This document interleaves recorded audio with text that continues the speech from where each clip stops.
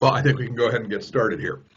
Um, First of all, I want to thank everybody for uh, joining us here today. It's a good turnout. And for those of you who don't know me, I'm Bob Coppedge, CEO, Grand Poobah of Simplex-IT. Go ahead and do the camera thing, such as it is. And I'm actually joined by Brendan Walsh, who is Simplex-IT's, I'd say new. He's been actually with us since July, I think. Essentially our cybersecurity director. So, hey, Brendan. Hi, Bob. Thanks for inviting me for this. It'd be kind of weird if we did this and you weren't here. That's fair. Yeah. So Brendan joined us in July, and you may wonder, we have not made a whole big deal of Brendan joining us for the organization, joining Simplex-IT, and quite honestly, the reason being is because he's been working on us. We've been really spending a lot of time and honestly some money improving our security because honestly, that's absolutely critical. If you read anything from a cybersecurity standpoint, the bad guys love us because if you can break into a managed service provider, then the risk is that the bad guys can break into all of our clients. And absolutely, we take that incredibly seriously. So we're spending a lot of time cleaning up our stuff. That said, we're also looking at what we can do for our clients, and we've already started making some actions and some changes there. And what we're doing, kind of our approach, is really what is at the core of what we're going to cover here today. So with that, and I'm going to basically run the top level of stuff because as you guys know, those of you who know me, know I don't really shut up. It just doesn't happen. But then when it comes time for information to actually be accurate, for some reason I will stop talking a lot. So let's move on. So what are you going to discover here? And really, we're going to be talking about risk. All right. And one of the problems that I have in the cybersecurity world is that we seem to have two discussions. And the two discussions are essentially talking about how horrible the cybersecurity world is and the risk and all that, which is true. But then at the same time, we'll then jump over to, and here's the vendor talking about all the solutions, with very little engagement in terms of conversations with organizations that don't necessarily have on staff cybersecurity specialists about what is the whole risk. And so that's what really came to the forefront here for our conversation. So we're really going to talk about what is the risk, what's the definition, and we want to leave you with a way that you can discover and identify risks within your organization without consultants. Now, I want to be real clear. We are not saying that you don't need cybersecurity resources or you don't need a cybersecurity specialist. In no way, shape, or form are we saying that. We're just saying that there's stuff that you can look at and things you can learn without bringing them on board or prior to bringing them on board, if that makes sense. And we do have, absolutely, if you have any questions, go ahead and open those up in the chat. Happy to, if they have to deal with actual facts, then it'll be Brendan who answers them. And again, if you're tired of hearing of cybersecurity as a fear topic, as a sales pitch, and you're not a cybersecurity specialist, and also that you're looking to bridge that gap between productivity and security, then I'm hoping this webinar is going to be useful for you. Similarly, if you are like on the cybersecurity side or the like, this may also help you in terms of helping you actually talk to management about some of these issues, because sometimes it's very tough. They don't necessarily get it. So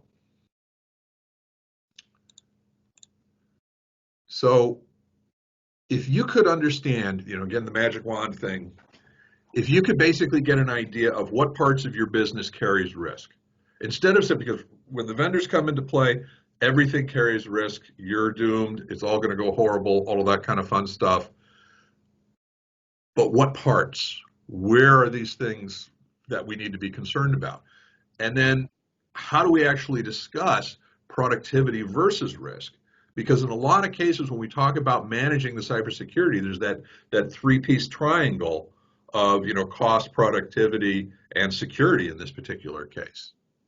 And then also, let's get some ideas of the linking between the business processes or resources and cybersecurity. So that's kind of what we're about as far as what we're going to try to do here today. And again, if you're looking for a deep dive, 30 minutes ain't going to cut it. A generalized presentation like this isn't going to cut it either. So this is going to be a 30,000-foot view throughout the whole thing. And then who are we? Brendan, I'll let you introduce yourself. Hi, I'm Brendan Walsh. I've been with Simplex-IT now since the end of July. I'm their information security director. Prior to this, I spent about a decade leading information security teams, mostly in higher education. Cool. And I'm former CIO, IT director, worn just about every hat except for security. In IT, author 3 books, crotchety geek, call it what you will.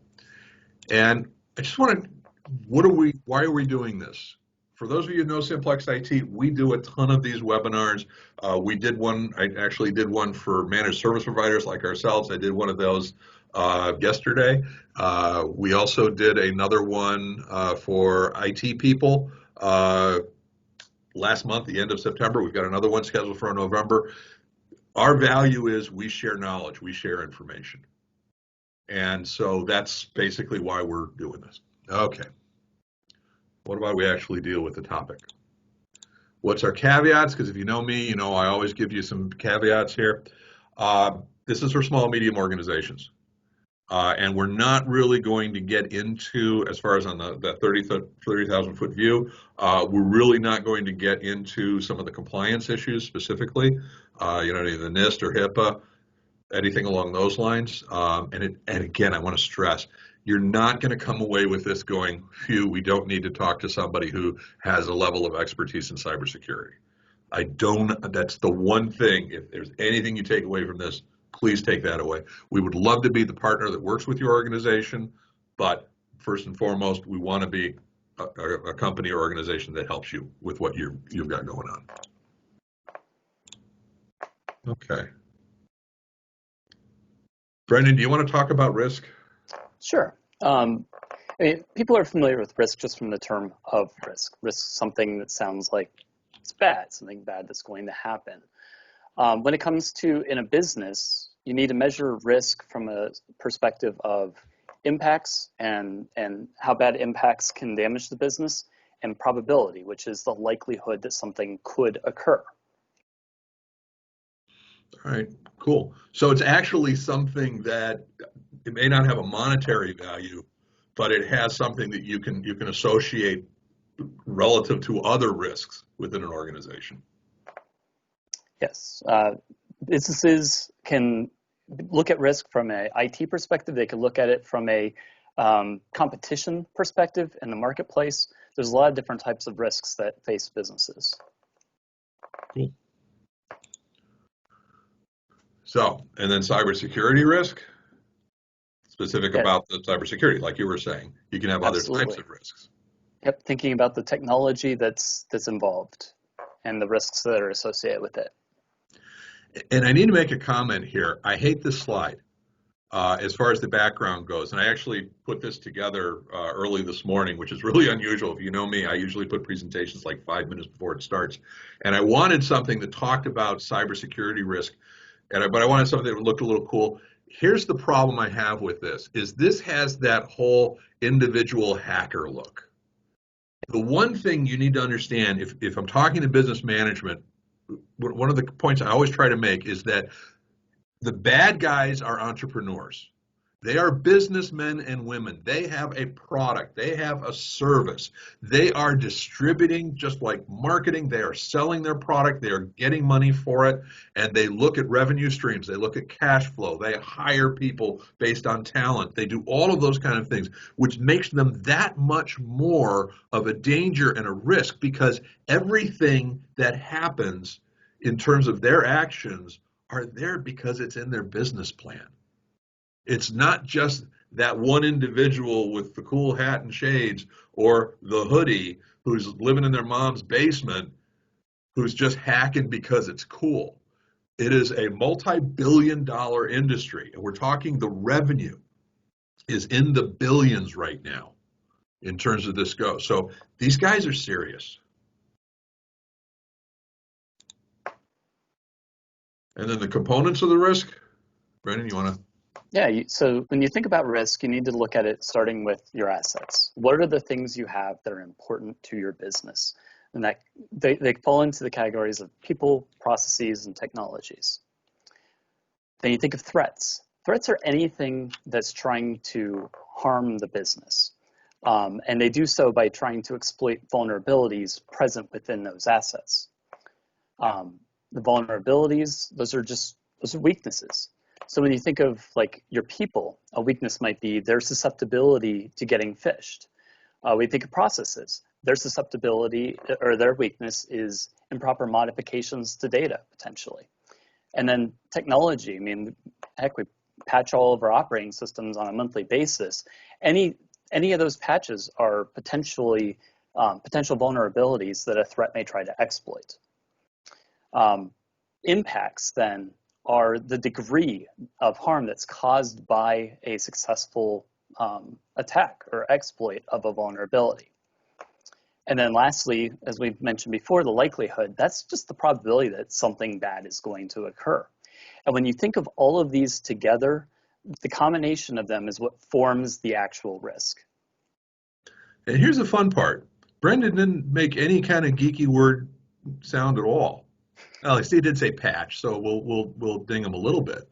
But other than that, everything here was a fairly straightforward description that anyone, whether you're involved with the management of the organization or you're the IT person, but you're just not a cybersecurity person, you can take these concepts and use them to evaluate your organization without the consultant, or as something that you're going to work with the consultant or the organization or whatever. And this is the problem that I see a lot, is that there's this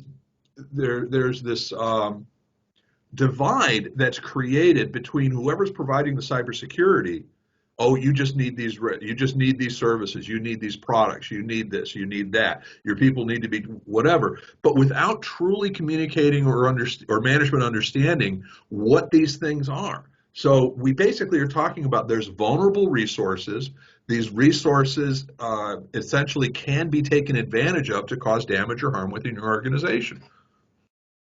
Pretty straightforward, because when you break it down to these components without going that much deeper, so we just want to take it down to this level, it actually is a little more understandable. And that's what we're trying to do here, is to create that understanding.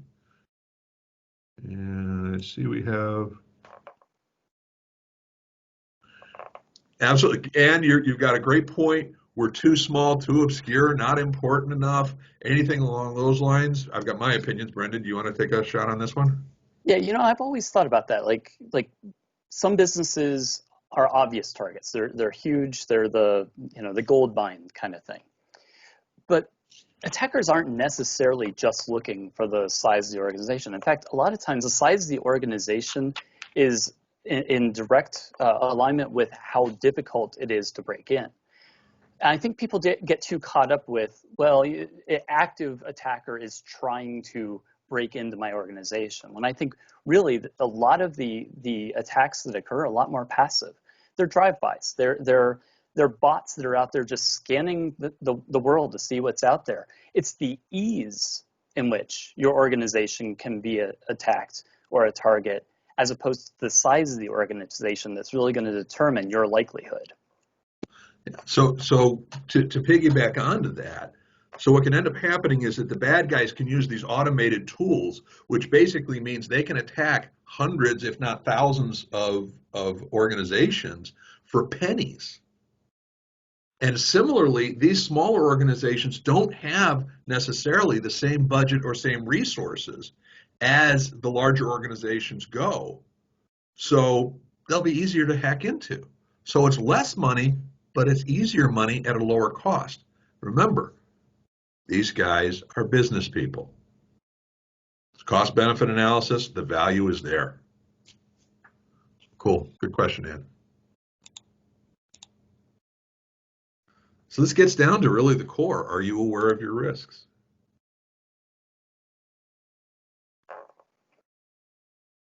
And these are questions that anybody can just start asking themselves, and really is the foundation of what a risk assessment is. Do you know what assets you have? Do you have an inventory of them? If you lost an asset, would you even know? That could be a laptop, a thumb drive that contains customer data. Do you know what you have? Would you notice if you lost it? If somebody broke into one of your systems, how long before you notice that that occurred? That, for you to take action on it. Vulnerabilities. Do you know what weaknesses each of your different assets have? Do you know how susceptible your people are to getting phished? What could cause harm, intentional or inadvertent harm to your business? In thinking of the previous question that was asked, is it those nation states or targeted attackers that are trying to break into your business? Or are you susceptible to maybe a disgruntled employee internally who's trying to steal data or steal money or steal something from your business? How severely would you be impacted? Could you survive without your systems? What technologies do you use on a daily basis that if you didn't have them, your business just wouldn't function anymore? And Right. Go ahead, Bob. Go ahead. No, go ahead. And then is it likely to occur? What have you done to stop it from happening? Do you have a program in place to monitor your risk? Do you have a vulnerability program? Do you have an asset inventory? Yeah, and Earl just brings up a good point, and Earl's point is if someone can attack the organization that thinks they're too obscure, you can put the companies at risk you do business with, and who gets the blame? You do. Yeah, that's a Because great remember, point. yeah, this is everybody's connected. That's how the bad guys get in the first place. But what ends up happening often is that if you're compromised, your organization is compromised, then you've just given a great way for the bad guys to get into other companies, your clients, your stakeholders. So it's because they're entrepreneurs, they're going to look for those opportunities.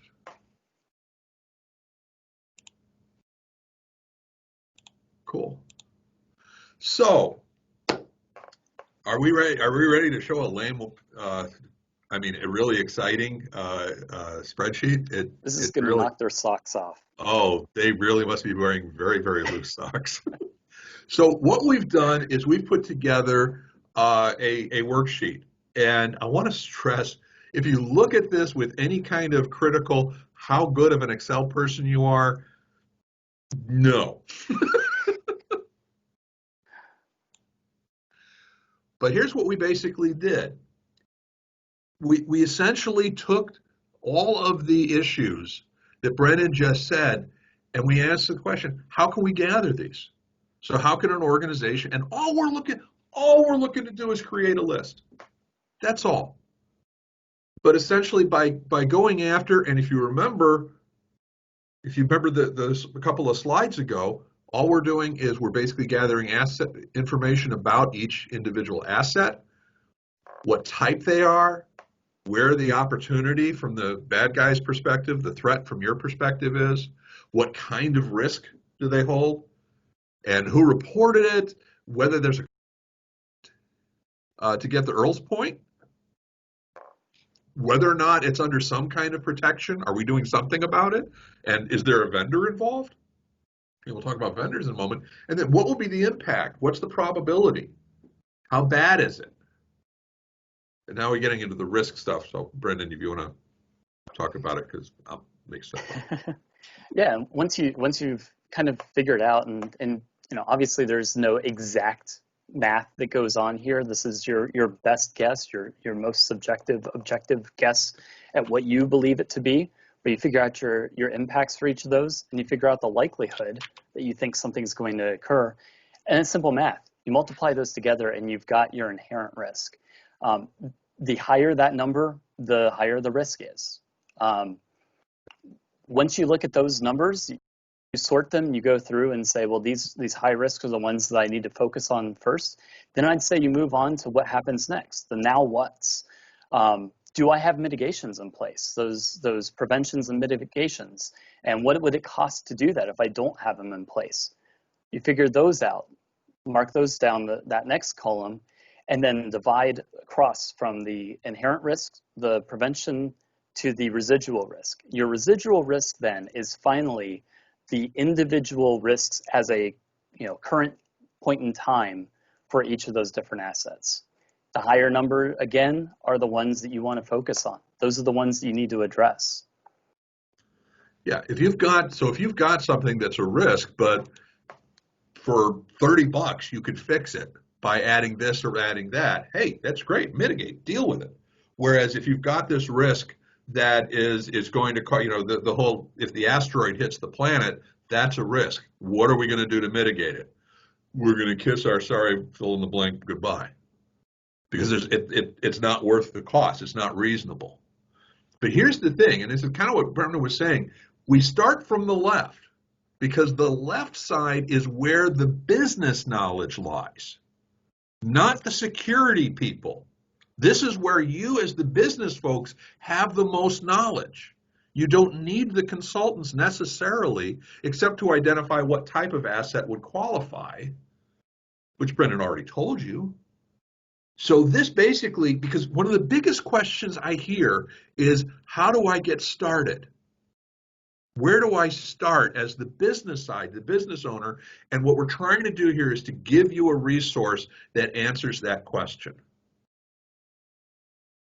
Okay, and then the more you do know, the more over towards the right you move with the data and the information, and the more entries you make because you're better understanding of the details of your assets.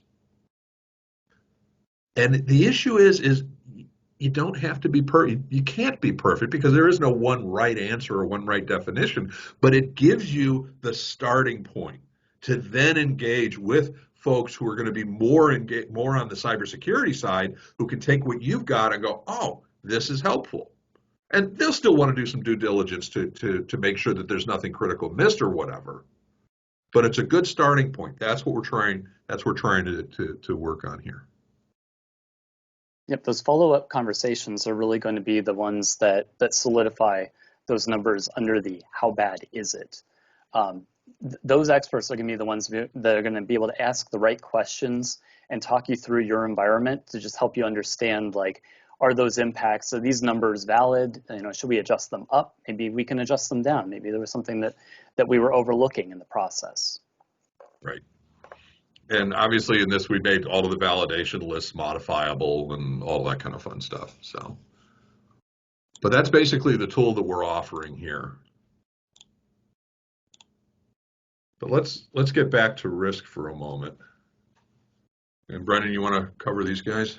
Yeah, so once you figure out your risks, your job isn't done. Like, now you've got a list, you've got a bunch of numbers. Your decisions based on those numbers, though, is called risk management. When you approach these risks, you want to approach them with a balance. Like, is it appropriate for your business to try to take everything that's higher than a certain number and move it down below a certain level? If that's appropriate, then absolutely, take the steps that you need. But it needs to be a balance. Most likely, most businesses aren't going to be able to get all of their risks down to a low level. They're going to have to say, some of these are just inherently going to be higher, some of these can be lower, and these are the ones that we want to get lower. All that should be based around your risk appetite, and that's how much damage your business can endure while continuing to function. That's like the worst case scenario. Like, I always think of that as more of like your disaster recovery. You don't ever want to have to dust off your disaster recovery plan, because that means something bad has happened. But it's we'll at least still be able to keep functioning because we've got that in place. Anything worse than that, and close up your shop or whatever, that's you need to keep your risk appetite higher than that. Your risk tolerance, though, that's really where the business decisions come in. So we know our appetite, we know what we can endure, but what are we willing to endure? What are we willing to say is an acceptable risk level for us? And that probably is something higher than the, everything's broken, but we're barely inching by. But in order to do that, each of those things is going to take money or time.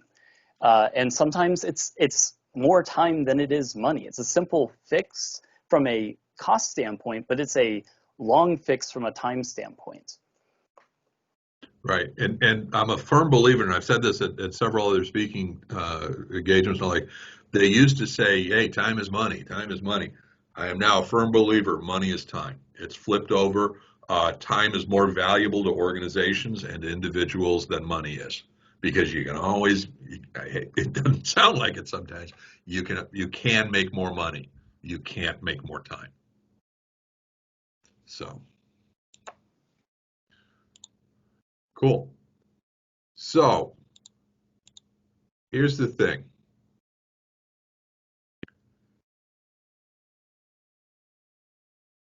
Brendan, actually, I'll let you this one. So for every one of your risks, in order to manage them, you have 5 options for what to do. They're listed right there: avoidance, remediation, mitigation, transfer, and acceptance. Avoidance, if you don't need it, get rid of it. The example I always use for that is Social Security numbers. Do you have them? Do you need them? If you don't, get rid of them.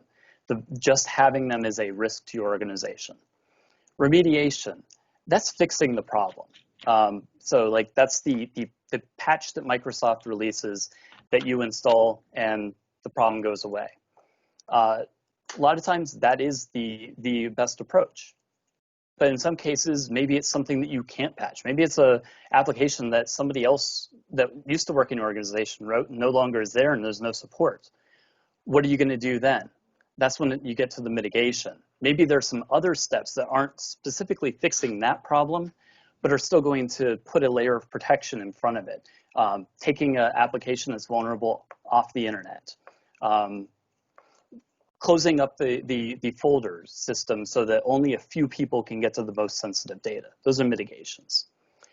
Transfers is a great one. That's making your problem somebody else's problem. That's outsourcing your IT. That is buying cyber liability insurance. Making that problem go away by giving it to somebody else. And then the last one I want to touch on, acceptance, is a dangerous one. I think a lot of people are quick to accept because they figure there's nothing that they can do. That's not always the best case. In fact, a lot of times that's the absolute worst case. What you should be doing is thinking about what your acceptance criteria is. Am I comfortable saying that, yes, this risk is here and I'm going to have to just hang on to it and there's nothing I can do about it? If that's the case, make sure you document it. That's my best advice there. Cool. So an example of this would be when companies found suddenly the need to develop work from home, work from anywhere strategies. And companies were faced with well, what are my employees going to use working from home? Well, they've got computers. No problem. So the lowest cost, simplest solution was for people to use their home computers to do work, with the organization, with the business having no clue whatsoever whether or not those machines were secure to start with, or whether or not they're going to be secure moving forward. And essentially, the avoidance is don't let them do that.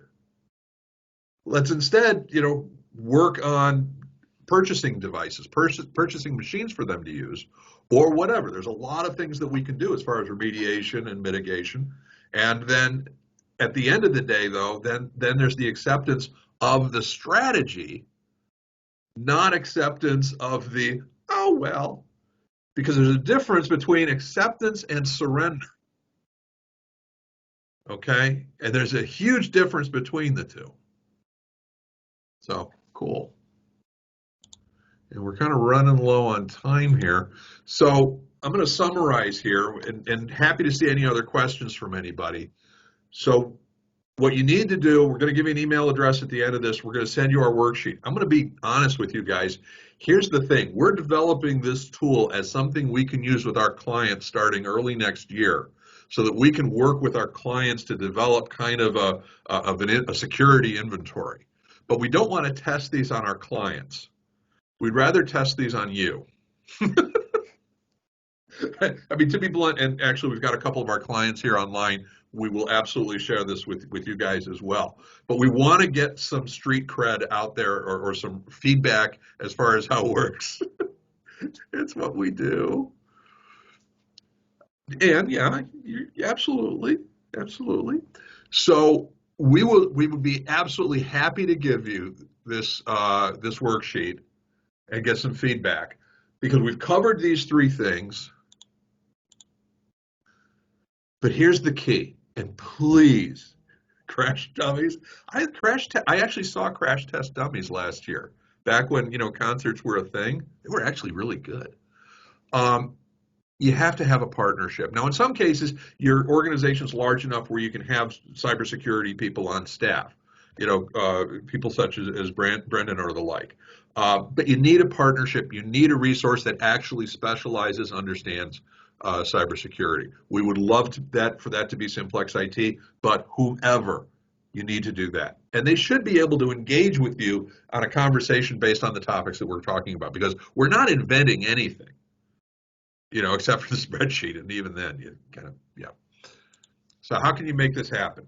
So here's what we're offering, or we'd love to do, is we'd love to do a 30-minute virtual meeting. We'll discuss your status quo, talk about what's going on. This is not about us selling. We're not selling a thing during this meeting. This is all about you. We'll answer any questions you have about your situation, and we'll also help you with the worksheet. And when I say we, it'll probably be Brendan, because you'll probably want this to be a productive meeting. You'll know how to identify your risk. You've got the template documents, and we'll even throw in one of my books. I've got 3. There are 2 who are appropriate here. One is written for CEOs. The other one is written for internal IT people. Happy to get you a copy of either one. The CEO's Survival Guide actually is now on Amazon in my voice. Boy, did interest just go down on that one. And I'll even throw in, oh God, now it sounds horrible. We'll give you free training, online training, for up to 100 employees. End user cybersecurity training is about an hour and a half course. You can track the progress. And we've also got 170 online personal productivity courses that range anywhere from 1 to 4 hours. That is everything from time management, personal productivity. There's about 6 or 8 that are on Excel alone. We will include that as well. You can look at that link there to get the list of the training.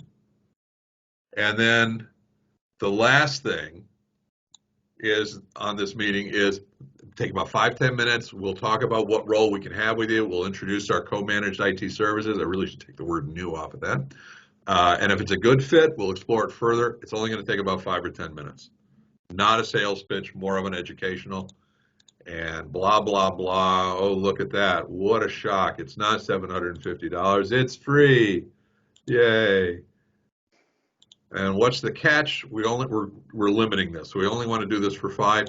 If you're just interested in the worksheet, go ahead and email me and just say, I'm just interested in the worksheet, or something like that. Hurt my feelings, go ahead, feel free. But there's no sales pitch to the end, and only if it makes sense. And if it's not useful, we'll donate $50 to a charity of your choice. And like I said, we'll give you one of these 2 books. Bob at simplex-it.com. And again, from our offerings, we do pure MSP services. That's where we are the IT department. We are the CIO. We are all aspects of the IT for the organization. And we also do a lot of co-managed IT services, where we partner with the existing IT services. We've actually got a couple of our clients online for this. And we work together to go and do this. Please give feedback, book reviews, all that. And Richard, this is not a haircut. So, partner support act as a crutch or an excuse. We're not proud, and we'll do whatever. So, thank you all very much. We're 35 minutes into it. Sorry if this ran a little bit over. That said, we would love feedback on this. We're going to continue to do every month these kinds of, Greg, it is really cool to see you online for this. It's really, let's get back in touch at some point. Greg actually, I know him back from Kent State days. I did about about a year gig consulting at Kent State. And he was my first boss there. What's that? He was my first boss there. I think he was mine too. I was as a consultant or like. Yeah. But anyway, so any case, we would love some feedback, love some questions. We're talking about next month. I think our topic, Patty, correct me when I'm wrong, is coming up with good equipment replacement strategies for organizations.